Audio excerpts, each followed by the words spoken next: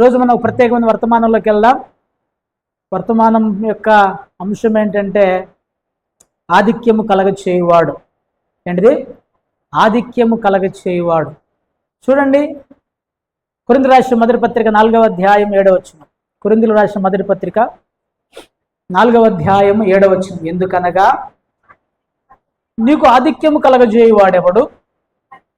నీకు కలిగిన వాటిలో పరుని వలన నీవు పొందనిది ఏది? పొందియుండియు అతిశయింపనేలా. చాలు. సో మనం వాక్య ధ్యానంలోకి పోకముందు మనం ఏం చేయాలి? ఫోన్లు సైలెంట్లో పెట్టాలి. అందరు తీయండి, మీ ఫోన్లన్నీ సైలెంట్లో పెట్టండి. ఆ తర్వాత ప్రార్థన చేద్దాం. మహోన్నతుడైన దేవా, జీవం కలిగిన మా ప్రభా, నీకు స్తోత్రములు, వందనాలు. నిలవబడి నేను వచ్చివాడను.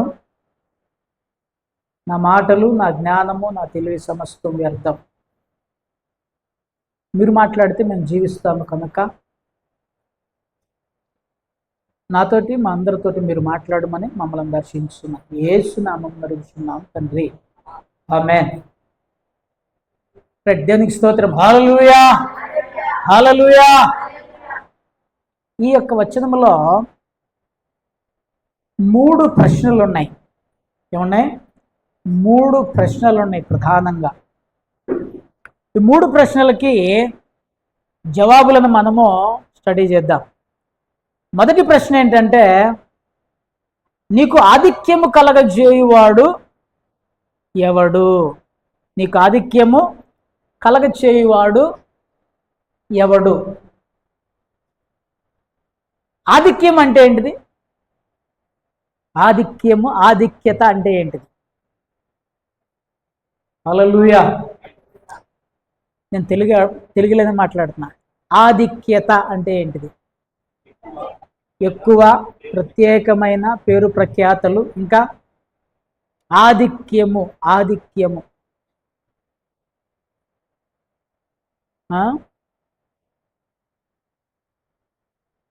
అంటుంటాం కానీ అన్న అప్పుడప్పుడు దాని అర్థం ఏంటో తెలియదు అంటారా? రైట్. ఆధిక్యము. ఈ ఆధిక్యం అనేటువంటి మాటకు మనం జాగ్రత్తగా అర్థం చూస్తే అధిక స్థితి, అధికమైనటువంటి స్థితి.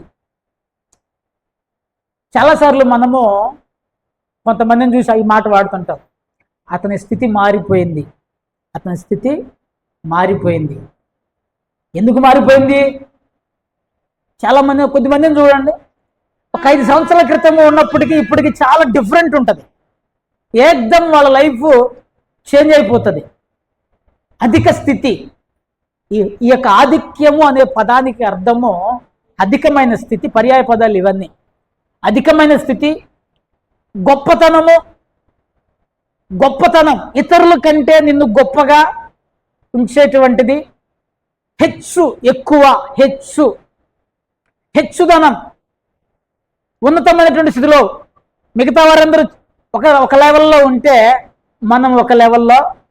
హెచ్చుదనం, ఇతరుల కన్నా ముందు ఉండటం. ఇవన్నీ దీనికి అర్థాలుగా మనం చూస్తూ ఉన్నాం. ఆధిక్యము అంటే ఇక్కడ జాగ్రత్తగా మనం గమనిస్తే కొరింథీయులతో మాట్లాడుతూ దేవుడు ఏమంటుండంటే, పౌలు గారు, మీకు ఆధిక్యము కలగజేసిన వాడు ఎవడు? అంటే వాళ్ళు ఆల్రెడీ ఆధిక్యతని పొందుకొని ఉన్నారు. హల్లెలూయా. ఏం చేసి ఉన్నారు వాళ్ళు? ఇప్పుడు ఏమీ లేని దగ్గరకు పోయి నీకు డబ్బులు ఇచ్చినోడు, అప్పులున్న వాడి దగ్గర నీకు డబ్బులు ఇచ్చినోడు, నేను దీవించినోడు ఎవరో తెలుసా అంటే ఏమంటాడు? ఎక్కడ దీవించబడ్డా అన్నా నేను చాలా దీన స్థితిలో. ఇక్కడ పౌలు గారి యొక్క ప్రశ్న ఏంటి? నీకు ఆధిక్యము కలగజేసిన వాడు ఎవడు అంటే, కొరింథీయులు అప్పటికే ఆల్రెడీ దీవించబడ్డారు అనేటువంటి విషయాన్ని, ఆధిక్యతలో ఉన్నారు అనేటువంటి విషయాన్ని బైబిల్ అక్కడ స్పష్టంగా 18వ వచనంలో అంటాడు. మీరు ఏమి లేక 8వ వచనం, 18 కాదు, అదే 7 తర్వాత చదవండి. మీరు ఏమీ కొదువలేక తృప్తులై ఉన్నారు, రాజులై ఉన్నారు మీరు అంటాడు 8వ వచనంలో. మీరు చదివితే మీరు కొదువలేక ఉన్నారు, రాజులుగా ఉన్నారు అని చెప్పేసి వారి గురించి సంబోధిస్తూ కొరింథీయులకి పౌలు గారు మాట్లాడుతున్నాడు. అంటే ఇక్కడ నేను చెప్పదలుచుకున్నది ఏంటంటే, కొరింథీయులు ఆధిక్యతలో ఉన్నారు అని చెప్పేసి ఇక్కడ పౌలు గారు, కాకపోతే మనం కూడా చాలా చాలా దీవించబడతాం. ఈ ఆధిక్యతను గురించి మనం హెచ్చించబడతాం, ఆశీర్వదించబడతాం. ఈ ఆధిక్యతను గురించి మనం ఆలోచన చేస్తే దానికి రీజన్ మర్చిపోతాం. రీజన్, రూట్ కాజ్ అంటారు. అసలు ఎవరు, దేని వలన నువ్వు దీవించబడ్డావు, దేని వలన నువ్వు హెచ్చించబడ్డావు, దేని వలన నువ్వు గొప్పవాని అయ్యావు, దేని వలన నువ్వు ఉన్నతమైన స్థితిలోనికి వచ్చావు, దేని వలన ఇతరుల కంటే నువ్వు ముందున్నావు, ఎవరి వలన నువ్వు ముందున్నావు. ఈ విషయాన్ని మనము గుర్తుంచుకోవాలి. ఎప్పుడు గుర్తుంచుకుంటామో తెలుసా? మన గతం మనకు గుర్తుంటే మనము ఎలా ఉన్నామో, ఏ స్థితిలో ఉన్నామో మనకు అర్థమవుతుంది. హల్లెలూయా. అంతేనా? ఎవరు కూడా గతాన్ని మర్చిపోకూడదు అంటే పాత జీవితాన్ని మర్చిపోకూడదని కాదు నేను అంటుంది. మన స్థితిని మర్చిపోకూడదు, మన పరిస్థితిని ఎక్కడి నుంచి మనం ప్రారంభమయ్యాం. పౌలు గారు లాంటి వాళ్ళే తన జీవితాన్ని గుర్తు చేసుకుంటున్నారు. చూడండి, పౌలు గారు తన గురించి తాను మాట్లాడుతూ తిమోతికి రాసిన మొదటి పత్రిక 1వ అధ్యాయం 12-13 వచనాలు మనం చదివితే, తిమోతికి రాసిన మొదటి పత్రిక 1వ అధ్యాయము 12-13, పూర్వము దూషకుడను, హింసకుడను, హానికరుడనైన నన్ను తన పరిచర్యకు నియమించి నమ్మకమైన వానిగా ఎంచినందున నన్ను బలపరిచి కృతజ్ఞుడనై ఉన్నాను. దేవునికి స్తోత్రం చెప్పండి. హల్లెలూయా. ఇక్కడ ఒక విషయాన్ని మీరు జాగ్రత్తగా ఆలోచన చేయాలి. ఆయన తన బ్రతుకుని ఎలా ఉన్నాడో, ఏ స్థితిలో ఉన్నాడో గతాన్ని చెప్తున్నాడు, ఇప్పుడు కూడా చెప్తున్నాడు. పూర్వము దేవుని నమ్మకం ముందు, దేవుని దగ్గరికి రాకముందు పూర్వము దూషకుడు అంటే తిట్టేవాడు, దూషకుడను, హింసకుడు అంటే కొట్టేవాడు, హానికరుడను. జాగ్రత్తగా ఉండి, 3 క్వాలిటీస్ ఉన్నాయి అక్కడ. తిట్టుబోతూ, కొట్టేవాడు, హింస పెట్టేటువంటి. కొట్టడం వేరు, హింస వేరు. హింస ఇంకొంచెం ఎక్స్ట్రీమ్, కొట్టేదానికంటే హింస అనేటువంటిది ఇంకొంచెం ఎక్స్ట్రీమ్. హానికరుడు, హాని కలగజేసేటువంటి వాడు. దూషకుడు, హింసకుడు, హానికరుడనైన నన్ను. ఒక్కసారి లోపలికి చూసుకుంటే, ఒక్కసారి వెనుకకు చూసుకుంటే మన జీవితాల్లో వీటిల్లో చాలా క్వాలిటీస్ మనకు కూడా ఉంటాయి. పూర్వము దేవుని దగ్గరకు రాకముందు, దేవుని ఎందుకు విశ్వాసక ఉంచక ముందు, దేవుని నమ్మక ముందు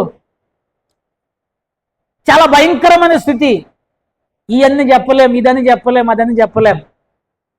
ఎందుకు ఈ మాటలు చెప్తున్నా అంటే, అన్ని విధాలుగా ఆత్మీయంగాను, లోకాపరంగాను, సామాజికంగాను అన్ని రకాలుగా పూర్వము స్థితి, గతంలో ఉన్నటువంటి పరిస్థితి, ఎటువంటి స్థితిలో ఉన్నాడో జ్ఞాపకం చేసుకొని అటువంటి నన్ను తన పరిచర్యకు నియమించి అపాయింట్ చేసి, ఇటువంటి క్వాలిటీస్ ఉన్న వాళ్ళని మీరు ఎవరైనా పనికి పెట్టుకుంటారా? హల్లెలూయా. తిట్టేవాడిని, కొట్టేవాడిని, హాని చేసేటువంటి వాడిని ఎవరైనా మీ దగ్గర పనికి పెట్టుకుంటారా? ఎందుకు పెట్టుకోరు? పనికి పెట్టుకోం. ఎందుకని? అంతే, వాడు అవసరమైతే తిరిగి మరలా గొడవ పెడతాడు, కొట్లాడతాడు, మనల్ని తీసుకుపోయి పోలీస్ స్టేషన్లకి అప్పగిస్తాడు. కానీ దేవుడు అటువంటి నన్ను నమ్మకమైన వానిగా ఎంచి, ఎలా ఎంచాడట? ఒక్కసారి ఇప్పుడు నేను మీ గురించి మాట్లాడతా, నా గురించి మాట్లాడతా. నా జీవితంలో ఇంతకుముందు కూడా చెప్పినా, నా లైఫ్ ఎట్లాంటిదంటే, అందరూ 9 గంటలకు రాత్రి ఇంటికి వస్తే నేను 9 గంటలకు ఇంట్లోంచి బయటకు పోయేవాడిని. రాత్రి అందరూ పనులు కానీ ఇంకోటి కానీ ముగించుకొని రాత్రి 9 గంటలకి లేకపోతే 10 గంటలకి ఇళ్ళకి వస్తే నేను 10 గంటలకి ఇంట్లోంచి బయటికి వెళ్ళేవాడిని. బయటికి వెళ్తే ఎప్పుడో వచ్చేవాడిని. అది నాకు తెలియబడ్డప్పుడు, నాకు వీలు కుదిరినప్పుడు ఎప్పుడో ఇంటికి వచ్చేవాడిని. ఎందుకు ఈ మాటలు చెప్తున్నాను? ప్రతి ఒక్కరి జీవితంలో ఇటువంటి చేదు బ్రతుకు, చేదు జీవితం ఉన్నది. అటువంటి నిన్ను, అటువంటి మనలను జ్ఞాపకం చేసుకొని తన పనికి నమ్మకమైన వానిగా ఎంచినటువంటి దేవుడు. ఈరోజు నువ్వు నేను మంచి కూర్చున్నాం, విశ్వాసంలో ఉన్నాం, ప్రార్థనలో ఉన్నాం, మంచి స్థితిలో ఉన్నాం, మంచి భోజనం చేస్తున్నాం, మంచి ఇల్లు కట్టుకున్నాం, మంచి ఆహారం ఉంది, మంచి స్థితిలో ఉన్న, సమాజంలో ఒక పేరుంది, హెచ్చుగా ఆధిక్యత ఉన్నది, గొప్పతనం ఉన్నది, అన్ని రకాలుగా నువ్వు నేను దీవించబడ్డాం. క్వశ్చన్ ఏంటంటే ఇక్కడ కారణం ఎవరు? అది ప్రశ్న. కొరింథీయులు మర్చిపోయారు, గుర్తు చేస్తున్నాడు. అప్పుడప్పుడు మనం కూడా మర్చిపోతుంటాం, గుర్తు చేసుకోవాలా. నీకు ఆధిక్యము కలగ చేసిన ఈ రోజున్న స్థితికి కారణం ఎవరు? మా స్థితి ఏంటిదంటే, నాకు తెలిసినంత వరకు నేను దగ్గరగా ఇంటర్మీడియట్ వచ్చేంత వరకు, అంటే 16 సంవత్సరాలు 17 సంవత్సరాల వయసు 18 సంవత్సరాల వయసు వరకు ఇక్కడ లేవు. కానీ ఆంధ్రాలో పూరీలు ఉంటాయి, పూరి పాకలు ఉంటాయి. ఈ ఏరియాలు తక్కువ. పుట్టి తాటాకులతోటి కప్పేసేస్తారు, తాటాకులతో కప్పేస్తారు, తాటాకులతోటి గోడలు తాటాకులే, కప్పు తాటాకులే. 18 సంవత్సరాల వయసు వచ్చేంత వరకు నేను అటువంటి ఇంట్లో ఉన్నా. నేను ఆ తర్వాత ఇంటర్మీడియట్ అయిపోయిన తర్వాత మా నాన్న ఒక 2 రూములు ఇల్లు కట్టాడు. దారుణమైన సంగతి అంటే, ఇల్లు కట్టిన తర్వాత నా ఇంట్లో నేను ఒక 2 నెలలు కూడా లేదు. మొత్తం ఇంకా చదువుకొని ఆటుకొని ఇటుకని బయట తిరిగితే సరిపోయింది. ఎందుకు ఈ మాటలు చెప్తున్నాను ప్రేమలారా? నువ్వు నేను ఏ స్థితిలో నుంచి వచ్చామో జ్ఞాపకం. ఆధిక్యం ఈరోజు మంచిగా 5 ఏళ్ళు లోపలికి పోతున్నాయి. నాకు ఇప్పటికి బాగా గుర్తు, మాది నులక మంచం, నులకతో వెళ్తారు మంచం. అక్కడ ఆంధ్రాలో బాగా దొరుకుతాయి, ఇక్కడ కొంచెం దొరకవు. కానీ ఆ మంచం మీద మా అమ్మ చీరబోసి, నూక తెలుసా? నూక. ఆ నూకకు పురుగు పడితే మా అమ్మ కింద కూర్చొని చేట్లో వేస్తే నేను ఆ 2 కాళ్ళు అట్లా ఇట్లా పెట్టి నిలబడి గాలి వచ్చేటప్పుడు ఇట్లా అనేవాడిని. తూర్పార పెడితే ఆ పురుగు అంతా పోతే ఆ నూక వండుకొని తినేవాళ్ళం మేము. సో మన లైఫ్ అది. అక్కడ నుంచి అంటే దేవుడు మన అందరి జీవితాల్లో ఏదో ఒక బాధ, ఏదో ఒక వేదన, మనం పుట్టగానే గోల్డెన్ స్పూన్తో పుట్టలేం. మనం మీలో ఎవరైనా పుట్టారేమో, నేనైతే పుట్టలేదు. గోల్డెన్ స్పూన్తో పుట్టలే, కష్టాలతోనే పుట్టాం, బాధలతోనే పుట్టాం. అటువంటి స్థితి పూర్వపు స్థితి. కానీ ఈరోజు ఏమన్నాడు చూడండి, నిన్ను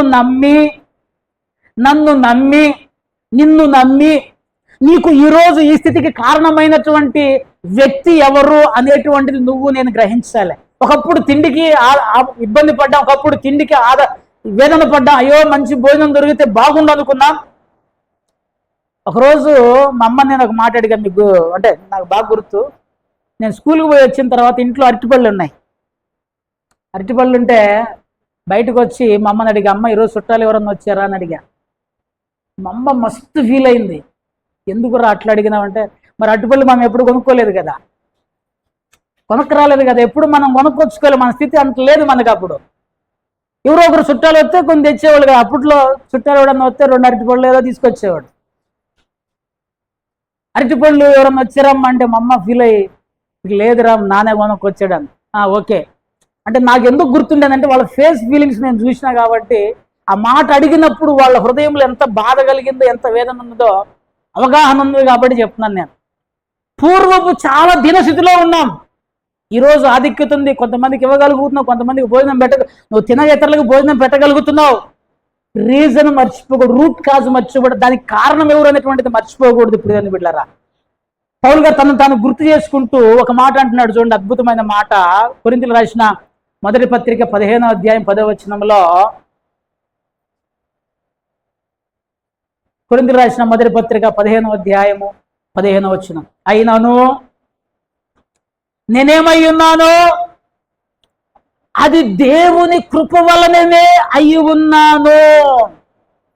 దేవునికి స్తోత్రం, హల్లెలూయా. నేనేమై ఉన్నాను, ఈరోజు నేను ఏ స్థితిలో ఉన్నానో దానికి నేను నా కష్టము కాదు, నా తెలివి కాదు, నా బలము కాదు, నా యొక్క ఆరోగ్యము కాదు. నేను ఏమై ఉన్నానో అది కేవలము దేవుని యొక్క కృప మాత్రమే, ఇంకా వేరే ఏమీ కాదు.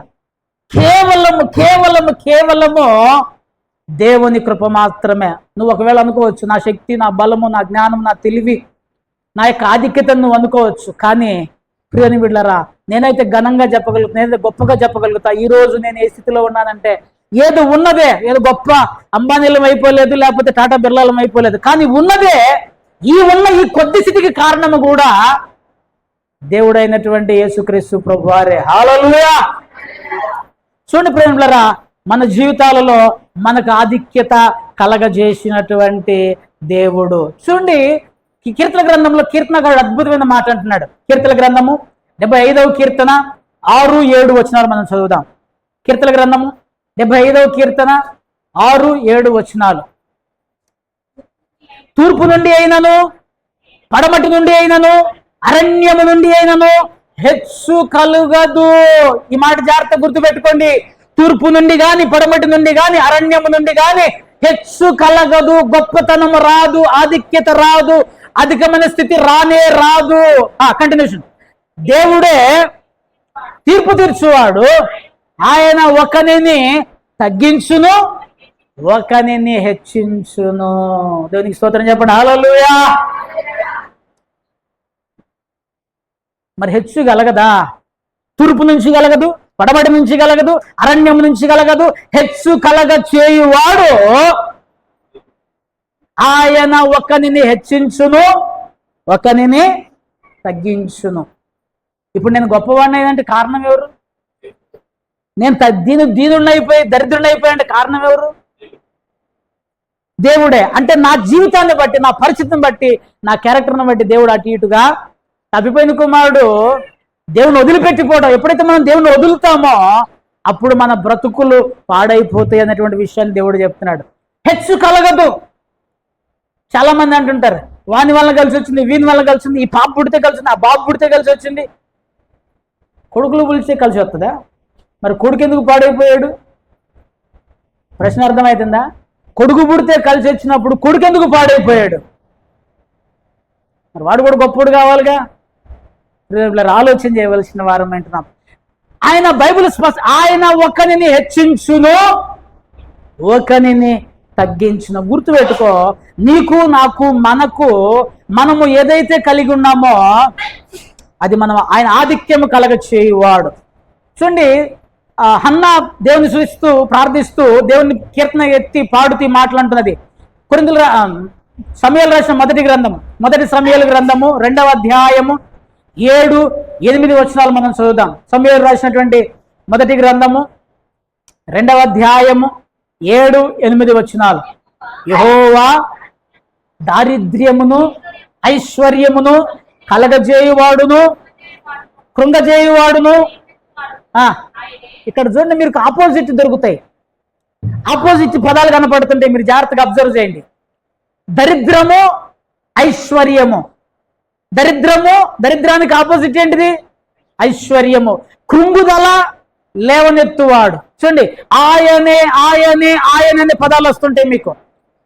యెహోవా దారిద్ర్యమును ఐశ్వర్యమును కలగజేయువాడు, కృంగజేయువాడును, లేవనెత్తువాడును ఆయనే. నీకు, నాకు ఉన్న ప్రతిదానికి కారణం ఆయనే. చూడండి, మళ్ళా కంటిన్యూషన్. దరిద్రులను అధికారులతో కూర్చుండబెట్టుటకును, స్వతంత్రింపజేయుటకును ఎత్తువాడు ఎవరమ్మా? చెప్పాలి, ఎవరు? హల్లెలూయా. ఎవరు చెప్పండి? యేసయ్య. ఆయనే. కింద కన్నాడు, లేమి గల వారిని లేవనెత్తువాడు ఆయనే. అంటే ఆయన కూడా అంటే నలుగురితో పాటు ఆయనే అంటే సింగిల్ వర్డ్. ఇంకా వేరే ఇంకొక ఆప్షన్ లేదు. ఆ దారి తప్ప ఇంకో దారి లేదంటే ఆ దారిలో కూడా పోవాల్సిందే. ఆయనే. చూడండి, హన్నా యొక్క లైఫ్ మనకు తెలుసు. కృంగి అవమానముతో, వేదనతో, దుఃఖముతో ఏడ్చి ఆమె బ్రతుకు ఒక్కసారిగా దేవుడు దర్శించిన తర్వాత ఆనందముగా సంతోషముగా మార్చబడినప్పుడు ఆమె పలుకుతున్నటువంటి మాట, ఆమె దేవుణ్ణి స్తుతిస్తూ దేవుని గురించి పలుకుతున్నటువంటి మాట, ఆయనే ఆయనే ఆయనే, లేవనెత్తువాడు ఆయనే, దీవించువాడు ఆయనే, ఆశీర్వదించువాడు ఆయనే, అధికారం ఇచ్చువాడు ఆయనే, సింహాసనం మీద కూర్చుండబెట్టువాడు ఆయనే.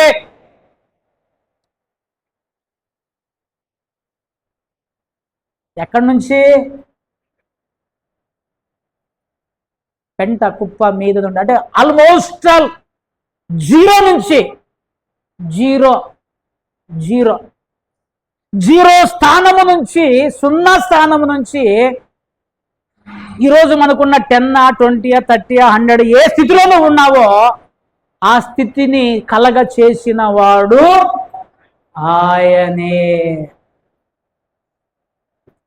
నింపులరా, ఈ లోకంలో నీ స్థితి బాగోలేనప్పుడు, నీ స్థితి అన్ని ఏమీ లేనప్పుడు, సున్నాగా ఉన్నప్పుడు, దీన స్థితిలో ఉన్నప్పుడు పక్క ఉన్నటువంటి ఆమెనేమంటారు, సవతి, సూటిపోటి మాటలతో గొడ్రాలు గొడ్రాలు గొడ్రాలు గొడ్రాలు కృంగిపోయి ఆమెను అన్న మాట్లాడినారు, మనల్ని కూడా బోల్డ్ మాట్లాడి ఉంటారు.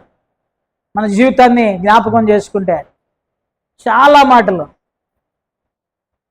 చాలా బాధపరిచే మాటలు, గాయపరిచే మాటలు,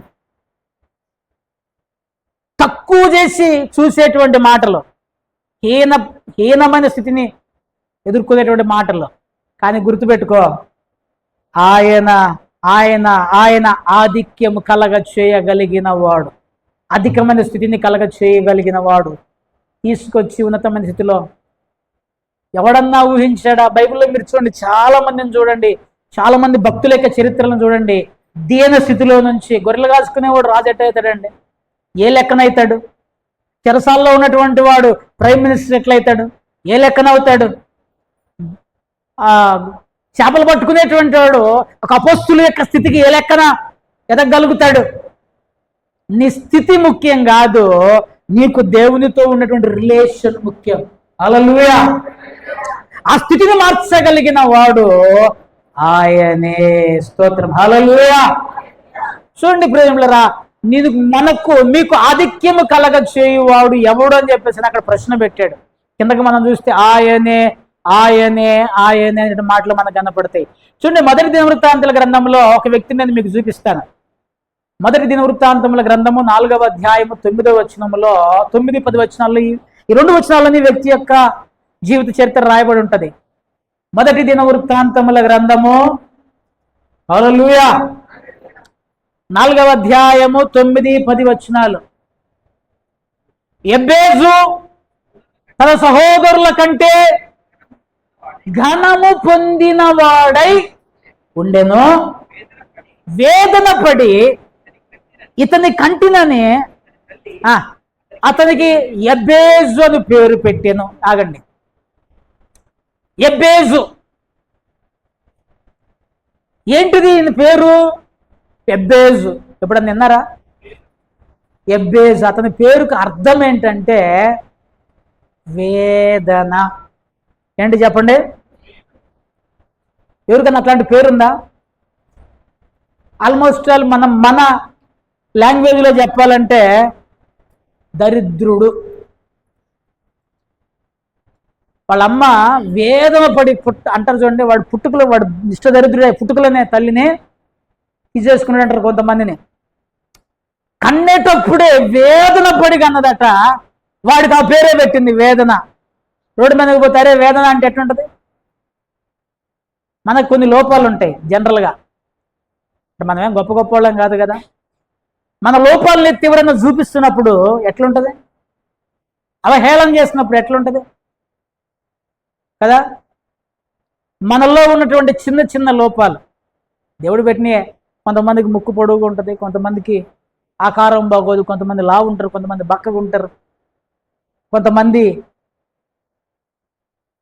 ఒకసారి మేము ఫ్యామిలీ సెమినార్కి పోయాం ఒక దగ్గర టీచింగ్కి.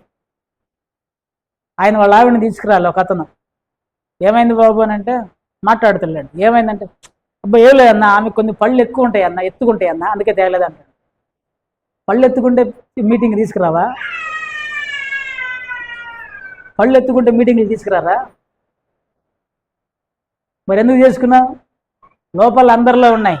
ఆ లోపాలు ఎత్తి చూపించినప్పుడు అప్పటికప్పుడు వేదన పడకపోయినా ఇంటికి పోయి ఖచ్చితంగా వేదన పడతాం. ఈయన పేరే వేదన. ఇతను ఇశ్రాయేలు, అతను అంటే మీరు చూడండి, మీరు ఇమాజిన్ చేయండి, అటువంటి వ్యక్తి చిన్నతనం నుంచి ఎలా పెరిగి ఉంటాడు, ఎలా ఎదుగుంటాడు సమాజంలో, సొసైటీలో, ఆ పేరు పెట్టుకొని ఎన్ని కష్టాలను ఎదుర్కొని ఉంటాడు. అటువంటి వ్యక్తి దేవుని సన్నిధికి వచ్చి ప్రార్థన చేస్తూ ఉంటే చూడండి, 10వ వచనం చాలా ఇంపార్టెంట్. ఎబ్బేజు మొర్రపెట్టి నిశ్చయముగా ఆశీర్వదించి నా సరిహద్దును విశాలపరిచి నీ చెయ్యి నాకు తోడుగా ఉండ దయచేసి కీడు రాకుండా దానిలో నుండి నన్ను తప్పించుము అని ప్రార్థించగా అతడు మనవి చేసిన దానిని అతనికి దయచేసి, ఇంగ్లీష్లో ఏముంటుంది తెలుసా? గ్రాంటెడ్. Okay, sanction. ఏమి శాంక్షన్? నన్ను ఆశీర్వదించి నా సరిహద్దులు విశాలపరచి నీ చెయ్యి నాకు తోడుగా ఉండనిచ్చి నాకు ఏ కీడు రాకుండా దయచేసి వాటి వచ్చినా కూడా వాటిలో నుండి నన్ను తప్పించు. అందుకనే ఎబ్బేజు తన సహోదరుల కంటే ఘనము పొందిన వాడయ్యుండెను. దేనివల్ల ఘనం పొందాడు? దేనివల్ల ఘనం పొందాడు? వాడు అమ్మ పెట్టిన పేరును బట్టా, అతను నేర్చుకున్న విద్యలను బట్టా, అతను నేర్చుకున్న జ్ఞానం బట్టి, చదువును బట్టా? దేవుని దగ్గర ఇశ్రాయేలు దేవుని గూర్చి మొర్రపెట్టి దేవుని గూర్చి ప్రార్థన చేసి దేవుని గూర్చి సన్నిధిలో కనిపెట్టడం వల్ల దేవుడు అతడు మనవి చేసిన దానిని అతనికి దయచేసాను. కాబట్టి ఎబ్బేజు తన సహోదరుల కంటే గొప్పవాడిగా, ఘనమైన వాడిగా, ఆధిక్యము కలిగిన వాడిగా దేవుడు ఇకపోతే అదే వేదంతో ఉండేవాడు, అదే బాధలో ఉండేవాడు, అదే పేరుతో రోడ్లమ్మట తిరిగేవాడు. గుర్తుపెట్టుకోండి ప్రియమైన బిడ్డలారా, ఆలోచన చేయండి. నిన్ను నన్ను ఆధిక్యము, నీకు నాకు ఆధిక్యము కలుగ చేసిన వారు ఎవరు అని చెప్పేసి చూడండి. దేవుని యొక్క గుణం ఎఫెసీయులకు రాసిన పత్రిక 3:20 అద్భుతమైన మాట ఉంటుంది. ఎఫెసీయులకు రాసిన పత్రిక 3వ అధ్యాయం 20 వచనం, మనలో కార్యసాధకమైన తన శక్తి చొప్పున మనము అడుగు వాటి కంటేను ఊహించు వాటి కంటేను అత్యధికముగా చేయశక్తి గల దేవునికి, అత్యధికముగా చేయశక్తి గల దేవునికి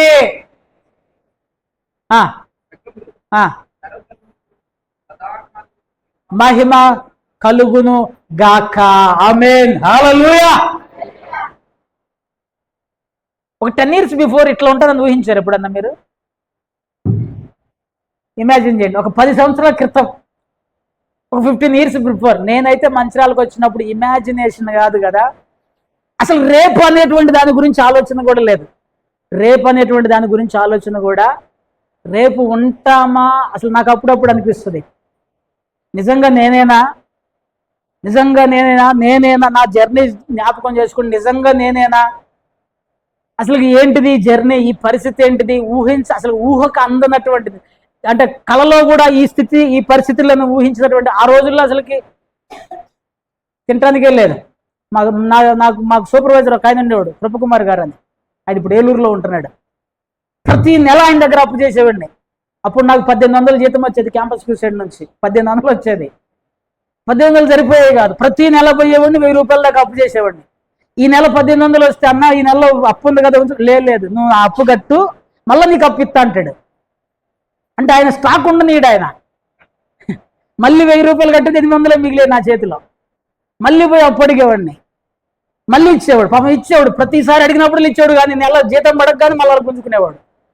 ఎందుకంటే అప్పు అట్లాగే పెరిగిపోతే ఈ రజనీ అనేవాడు. ఇట్లా రొటేషన్, ప్రతి నెల ఆయన దగ్గరకు పోవడం, తెచ్చుకోవడం, తింటాం. ఊహించనటువంటి అటువంటి స్థితిలో ఉన్నాడు. ఎవడన్నా ఊహిస్తాడా? ఊహించిన దానికంటే, అడిగిన దానికంటే, ఊహించిన దానికంటే అత్యధికముగా చేయ శక్తి గల దేవునికి, దేవుని చిత్తమైతే ఇంటి వైపునే ఆయన పిలిపిద్దాం అనుకుంటున్నాను. నేను వస్తాడు, నాకు సాయం చేసిన ప్రతి ఒక్కరిని పిలిపిస్తాను. నేను వాళ్ళని జ్ఞాపకం చేసుకోవాలని నాకు ఒక కోరిక ఉండే. అత్యధికముగా చేయ శక్తి గల దేవుడు నీ దేవుడు. అల్లా తప్ప కాదు, ఆశామాషి కాదు. నువ్వు నమ్మిన దేవుడు ఎబ్బేజు తన సహోదరులందరికంటే ఘనత పొందినవాడు. కారణం, ఇశ్రాయేలు దేవుడిని గూర్చి మొరపెట్టాడు. కారణం, దేవుడు ఎవరు దీవించగలరో, ఎవరు ఆశీర్వదించగలరో ఆయన పట్టుకున్నాడు. ఆయన ఆ రూట్ కాజ్ తెలుసుకున్నాడు, ఆ యొక్క ఆధారం బేస్ తెలుసుకున్న బేస్ దగ్గరకు పోయాడు. అయ్యా నువ్వే నాకని ఆయన సంధిలో ప్రార్థన చేయగా బైబిల్ చెప్తుంది, ఆయన మనవి చేసిన దానిని దేవుడు అతనికి దయచేసెను. ప్రియమిత్రులారా, నీకు నాకు ఆధిక్యము కలగ చేయువారు ఎవరు చెప్పండి? ఎవరు ఇప్పుడు? హల్లెలూయా! దేవుడే, దేవుడే, ఇంకా వేరే ఎవ్వరు లేదు. సో మొదటి ప్రశ్నకు ఆన్సరు, దేవుడు మాత్రమే మనకు ఆధిక్యము కలగ చేయగలవాడు, గొప్ప చేయగలవాడు. ఈ రోజున్న స్థితికి కారణం కూడా ఆయనే. రెండో ప్రశ్న వేస్తున్నాడు, రండి అక్కడికి, మన మూలవాక్యం దగ్గర రండి. రెండో ప్రశ్న,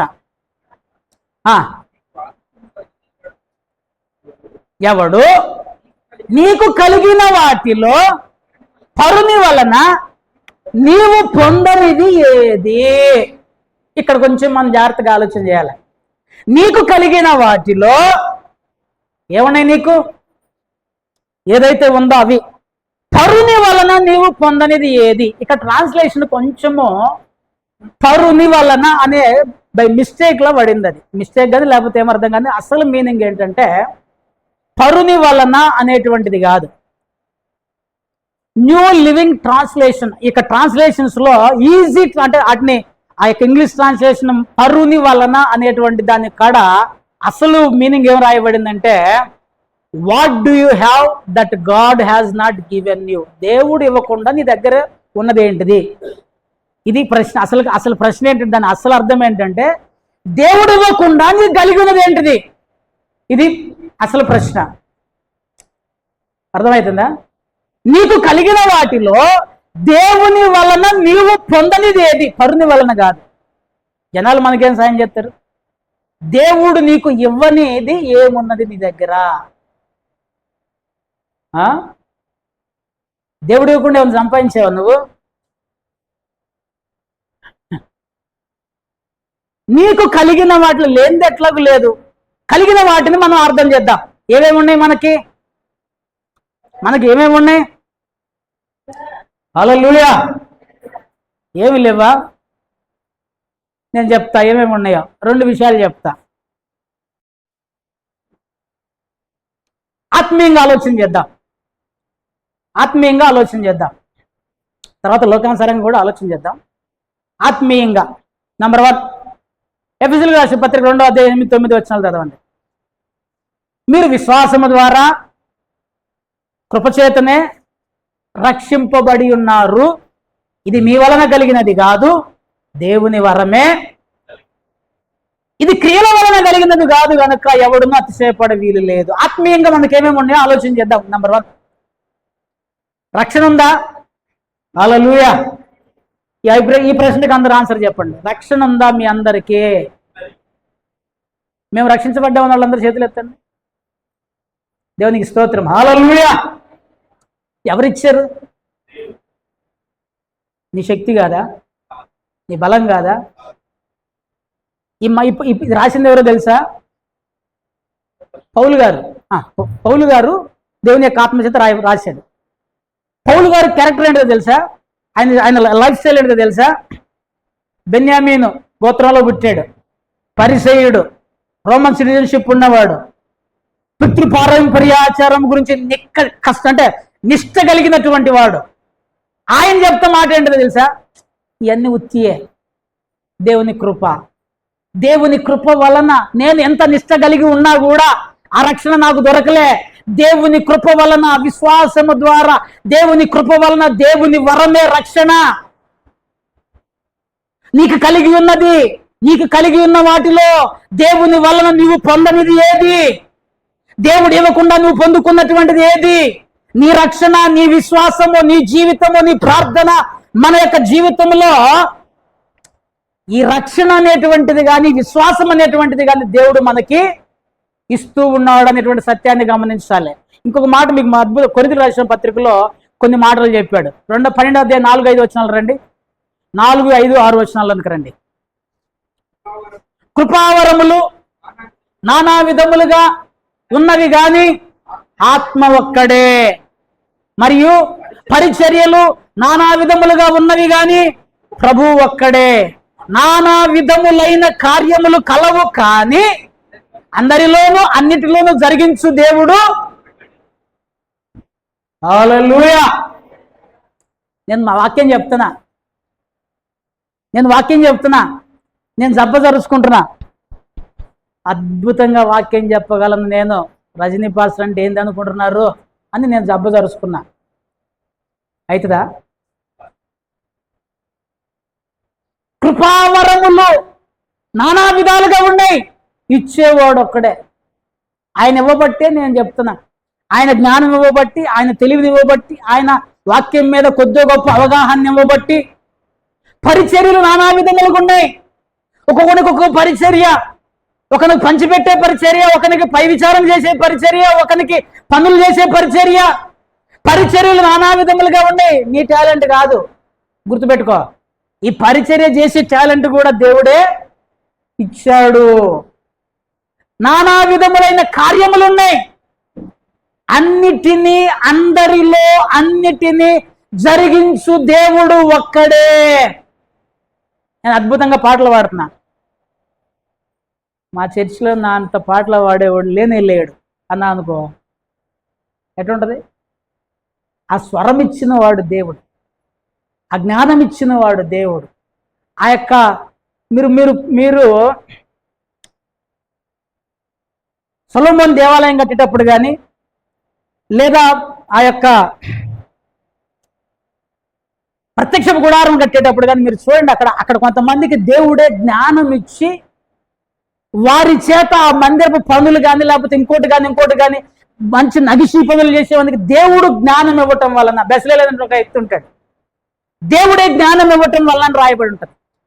సో నేను ఎందుకు ఈ మాటలు చెప్తున్నా అంటే, మనకు కలిగి ఉన్న వాటిలో ఆత్మీయంగా మనం ఆలోచన చేస్తే, స్పిరిచువల్గా రక్షణ కానీ, విశ్వాసము కానీ, కృపావరాలు కానీ, నీకున్నటువంటి ఇంకో విషయం కూడా చెప్తా, దేవుని పనిలో నువ్వు వాడబడటం కానీ అన్ని దేవుని యొక్క కృపా, దేవుడిచ్చినటువంటి సహాయమే. చూడండి, యోహాను సువార్త 3వ అధ్యాయం 27వ వచనంలో యోహాను భక్తుడు ఒక అద్భుతమైన మాట చెప్తున్నాడు. ఈయన బాప్తిస్మిచ్చి యోహాను దగ్గరికి కొంతమంది వచ్చి రాబోవాడు నీవేనా అన్నప్పుడు ఈయన మాట్లాడుతూ, ఈయన చెప్తూ ఆ యొక్క పని చేస్తూ మాట్లాడుతున్న మాట యోహాను గారి స్టేట్మెంట్ ఇది. అందుకు యోహాను ఇట్లా, నేను 26వ వచనం కూడా చదవండి. వచ్చి బోధకుడా,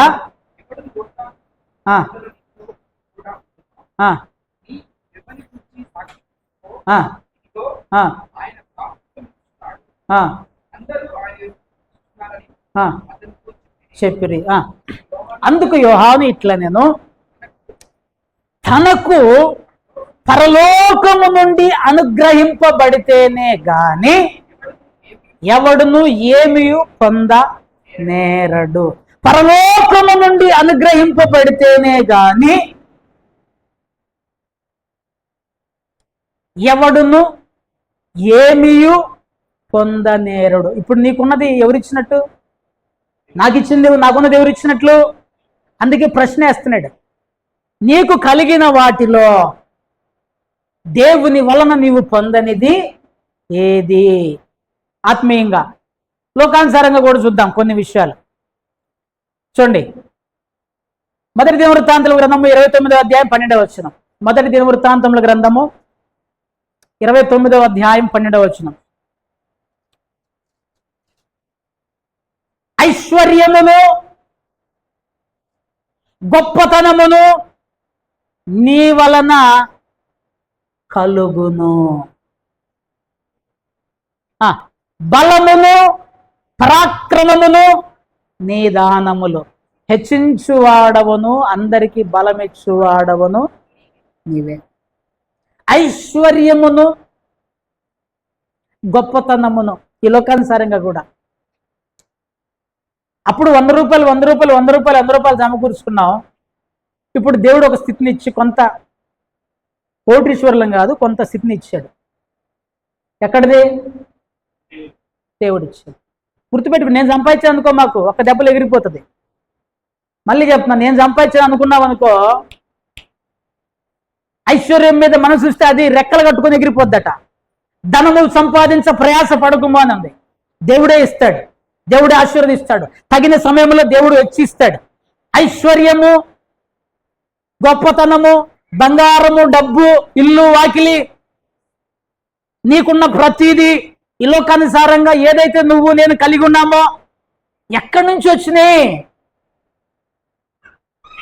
దేవుడు ఇచ్చువాడు ఆయనే, ఇచ్చువాడు ఆయనే, ఏలువాడు ఆయనే, బలం ఇచ్చువాడు ఆయనే, పరాక్రమం ఇచ్చువాడు ఆయనే, హెచ్చించువాడు ఆయనే. ఇంకొంచెం కింద చదివితే సామెతల గ్రంథం 26వ అధ్యాయం 6వ వచనంలో యెహోవాయే జ్ఞానమిచ్చువాడు, తెలివియు వివేచనయు ఆయన నోట నుండి.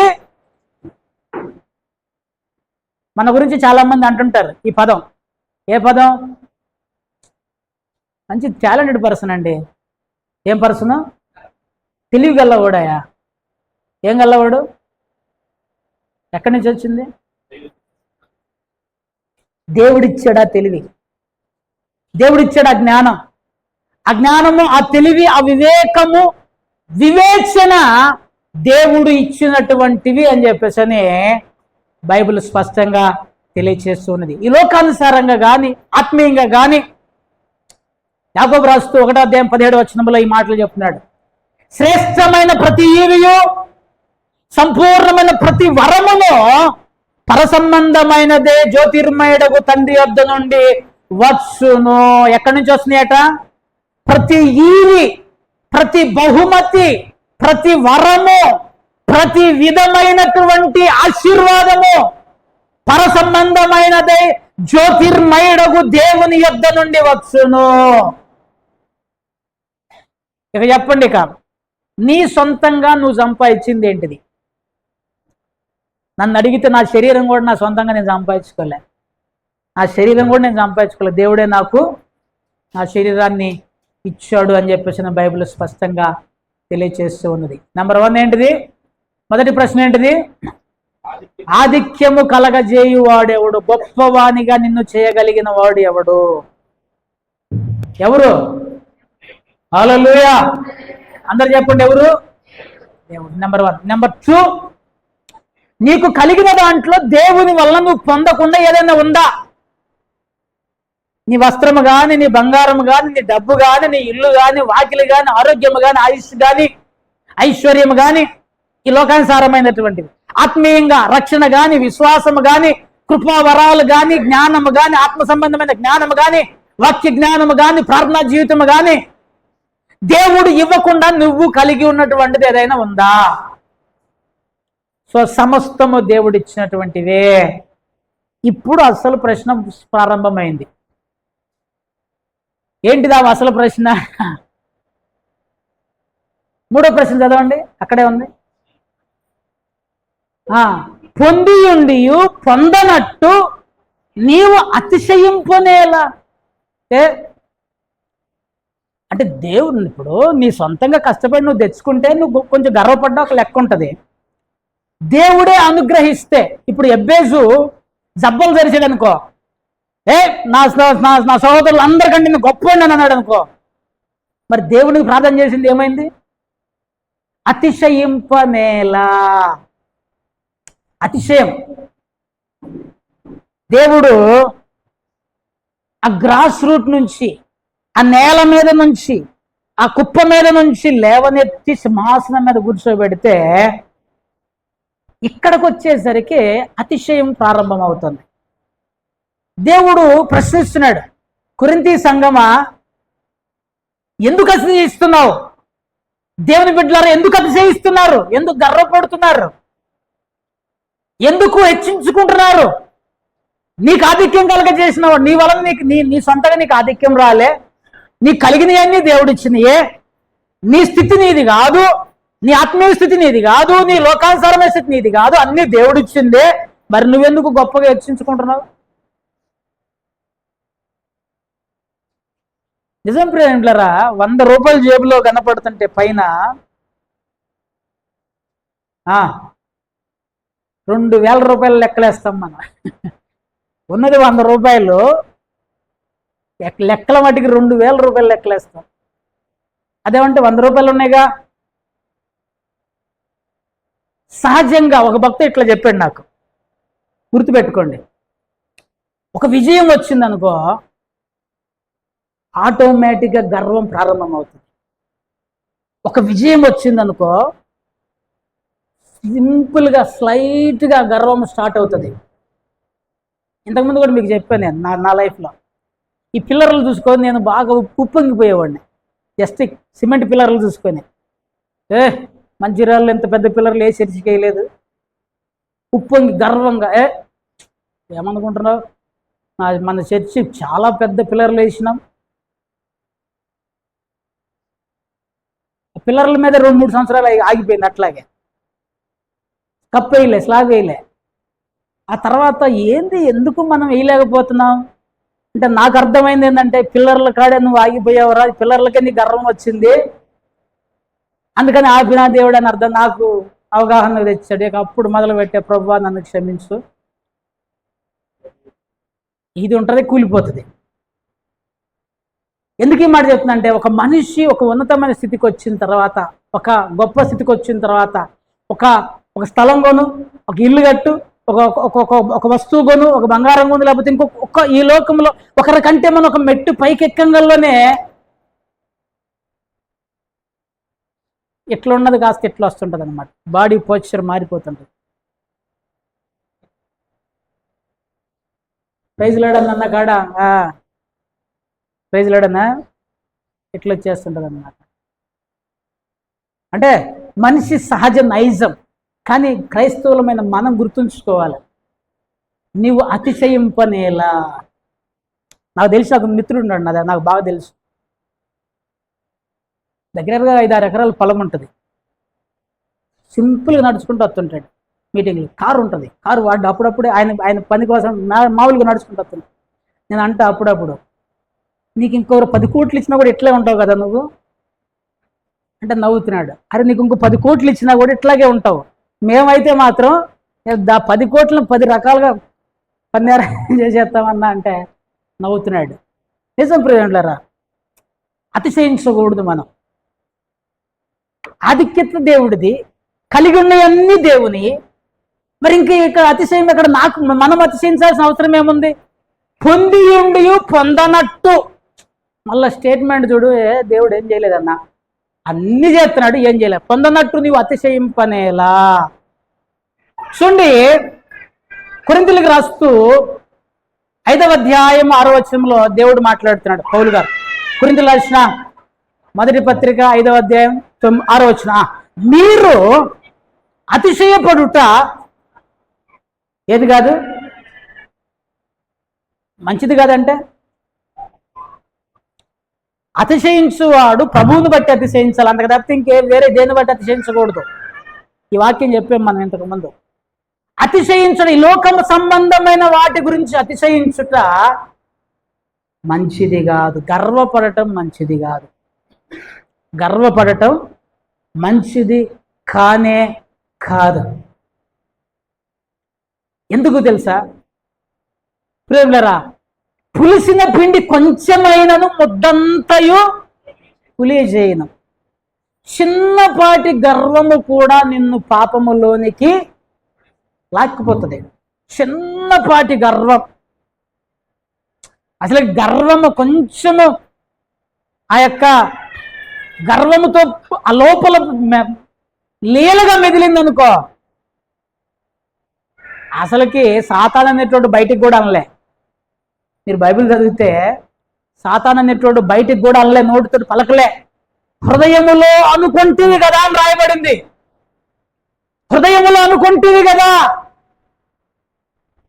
గర్వము లోపల అట్లా ప్రారంభం అవ్వగానే పడిపోయాడు కిందకి. పులిసిన పిండి కొంచెమైనను ముద్దంతయు చిన్న గర్వము నీ బ్రతుకులో అతి భయంకరమైన పాపానికి కారణమవుతుంది. కనుక ప్రియని బిడ్డలారా, మనము అతిశయించకూడదు. చూడండి, దేవునికి నచ్చని అట, అసహ్యాలట. సామెతల గ్రంథం 8వ అధ్యాయం 13వ వచనం చదువుదాం. సామెతల గ్రంథం 8వ అధ్యాయం 13వ వచనం. యెహోవా యందు భయభక్తులు కలిగి యుండుట చెడుతనమును అసహించుకొనుటయే అని ఇక్కడ మొదలు పెట్టాడు. గర్వము, అహంకారము, దుర్మార్గత, కుటిలమైన మాటలు నాకు అసహ్యము. అసహ్యం అంటే ఆడుంటారు, దాన్ని అసహ్యం పుట్టే కాడు ఉంటారా? ఛీ అని చెప్పేసి వెళ్ళిపోతారు. దేవునికి అసహ్యం అట. ఏంటి? గర్వము, అహంకారము, దుర్మార్గత, కుటిలత, కుటిలమైన మాటలు. ఈ 4 దేవునికి అసహ్యం. సో మనము ఆ గర్వాన్ని కలిగి ఉంటే, అతిశయాన్ని కలిగి ఉంటే దేవుడు మనల్ని ప్రేమిస్తాడా? అసహించుకుంటాడా? గర్విష్ఠుల యొక్క గర్వము ఆయన అణచును. ఎవడైతే గర్వంతో ఉంటాడో, మీరు ఆ 75 కీర్తన చదవండి, అక్కడ కొమ్ము ఎత్తకుడి అనే పాదం ఉంటుంది చూడండి. కొమ్ము ఎత్తకుడి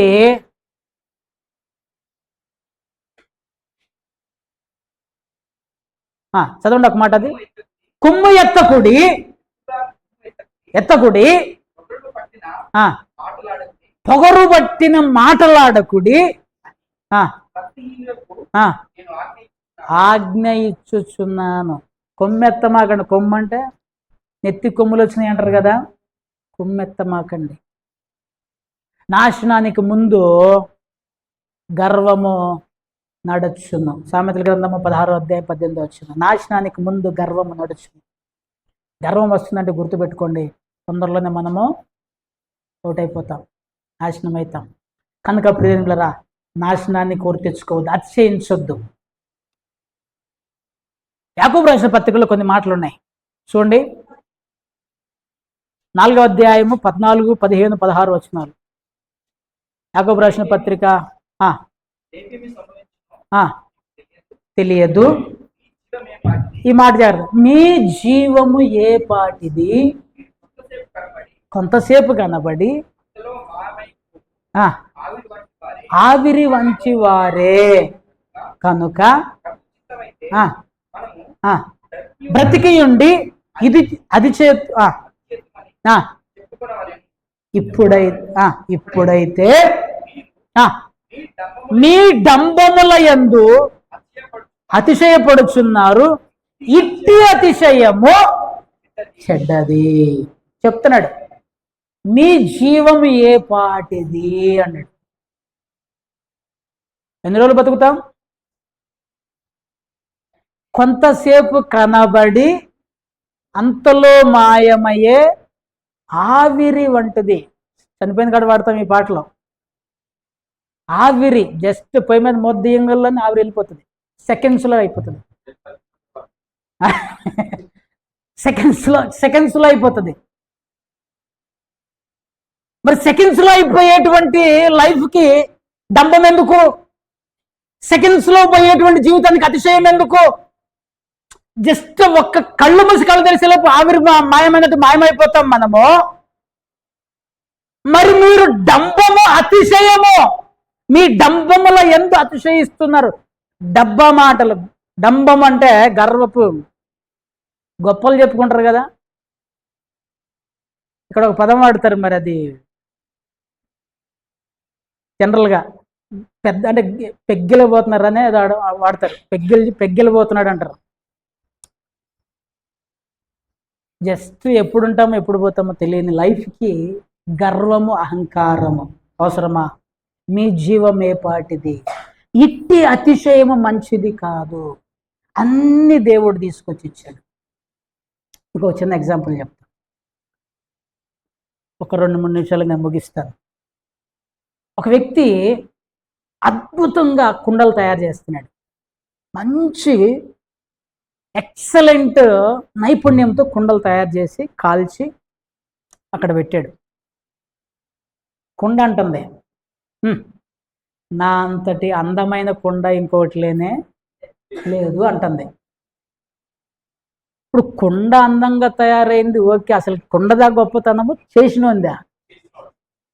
మరి చేసిన వాళ్ళు ఎక్కడికో వదిలిపెట్టేసేసి కుండ నువ్వు నేనే. ఆయన కుమ్మరి సార మీద పెట్టి మలుస్తున్నాడు, సార మీద పెట్టి మలుస్తున్నాడు. ఆయనకు నచ్చినట్టు మలుస్తున్నాడు. కొంచెం పాడైపోతే మళ్ళా తీసి మళ్ళా మలుస్తున్నాడు. అద్భుతంగా తయారు చేసి ఒక అద్భుతమైన మట్టి ఘటములో మహిమైశ్వర్యము నింపుతున్నాడు. ఇప్పుడు నేను అనుకుంటున్నా, అబ్బా నాలాంటి గొప్పవాడు, నాలాంటి తెలివిమంతుడు, నాలాంటి ప్రసంగీకుడు ఎవడు లేడంటే ఆ మహిమైశ్వర్యం నింపిన వ్యక్తి ఎటు పోవాలి? ఆయన ఘనత ఎటు పోవాలి? ఆయన ఆధిక్యత ఎటు పోవాలి? నా పిల్లలకి అన్ని నేను సంపాదిస్తున్నా అనుకుందాం, కొన్ని గొప్ప నా శక్తి మేరకు 1-2 సంపాదిస్తాను. ఇప్పుడు వాళ్ళు నువ్వు మాకేం చేసినావంటే చల్ నీకేం ఇవ్వపోరా అని చెప్పేసి పక్క పెడతాం, అంతే కదా. సో దేవుడు అన్నీ ఇచ్చాడు, సమస్తాన్ని ఇస్తున్నాడు. సమస్తమును నాకు ఇచ్చి నన్ను గొప్పవానిగా అవసరమైన అన్ని సమకూర్చి నాకు ఇస్తే నేను వాటిని చూసి గర్వపడితే, ప్రియని బిడ్డలారా ఆలోచన చేయండి, తలంచండి. అతిశయించొద్దు. దేవా నాకు ఇచ్చావు స్తోత్రం అని చెప్పు. దేవా నాకు ఇచ్చావు నీకు వందనాలు అని చెప్పు. దేవా ఇది ఉంది నాకు, నీకు మహిమ ప్రభువా అని చెప్పు. ఎందుకంటే ఇచ్చినవాడు ఆయన, మనం ఓన్లీ పొందుకునేటువంటి వాళ్ళమే, మనం పొందుకునేటువంటి వారమే. ప్రభువుకి మనం మహిమ చెల్లించే వారముగా ఉండవలసిన వారమే అంటున్నాం. నేను ముగిస్తున్నాను. 3 ప్రశ్నలు మనం ఇప్పటి వరకు ధ్యానం చేసినాం. మొదటిది, నీకు ఆధిక్యము కలగచేయువాడు ఎవడు? నేను ప్రశ్న అడుగుతా, మీరు ఆన్సర్ చెప్పండి. మీకు ఆధిక్యము కలగచేయువారు ఎవరు? అందరు చెప్పాలి. దేవుడేనా? కన్ఫర్మా? వేరే ముచ్చటే లేదు. ఎవరన్నా ఉంటే దానికి నేనేం చెప్పలేదు. దేవుని వలన నీవు పొందనిది నీ దగ్గర ఏదైనా ఉందా? ఏమీ లేదా? ఈ లైఫ్ కూడా ఆయనదే. కాబట్టి మనం ఏం చేయాలి? అతిశయించకూడదు, గర్వపడకూడదు. ప్రభువుకి లోబడి ప్రభువు మీద వినయము కలిగి వినయము ప్రభువుకు సమర్పించుకోండి. దేవుడు మిమ్మల్ని దీవించును గాక. ఆమేన్. తలలు వంచండి, ప్రార్థన చేసుకుందాం. తలలు వంచండి.